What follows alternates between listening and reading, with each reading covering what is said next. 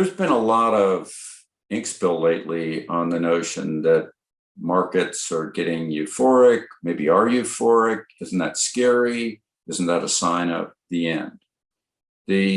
Forgetting about the fact that usually once you hit euphoria, it runs on for a fairly long period of time before you hit the end. A lot of people haven't been through multiple cycles of euphoria and don't really know what euphoria is like. So I'm going to speak a little bit to that. What is it that euphoria looks like? The fact is that euphoria is a world where you justify things under it's going to be really good for a really long time basis that otherwise wouldn't be justifiable. And that we're in a different world. And it's because of this or that. And that changes everything. So with that usually comes abundant initial public offerings, IPOs, and not just abundant ones, but abundant, very low quality ones of businesses that are purely speculative.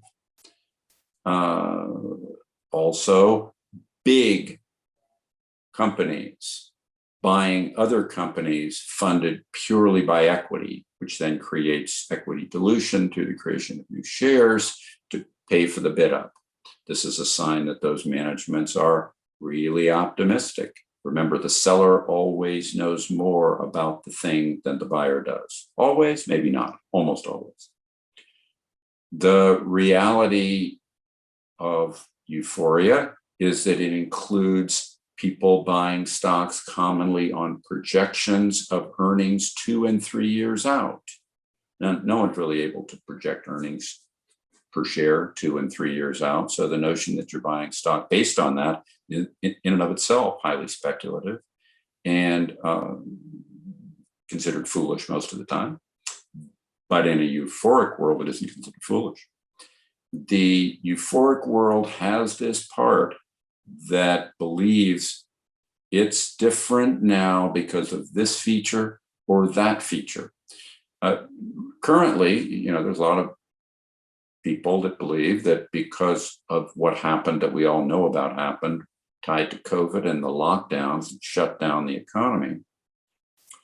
And as the ramp up in that return of opening up the economy has allowed for companies to make full or partial return to the way they were before, that the ones that haven't been able to fully return to the way they were before will benefit from the government spending of the COVID relief bill, now the $1.9 trillion bill that's been much publicized, and that will lead to earnings growth that will go on, likely followed by the administration offering an infrastructure bill that will provide more growth.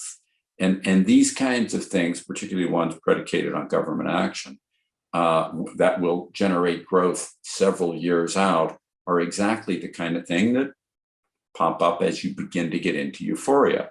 When you get fully into euphoria, you get even crazier ones.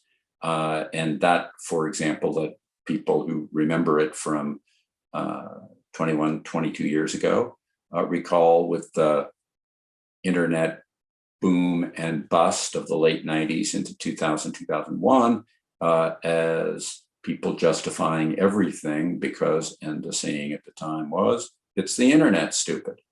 So the reality is these kinds of things that look to it'll be great because it's going to be great without a justification for what makes it truly different than normal times and why you can break all the rules because of this greatness that we will now have for a really long time, maybe forever.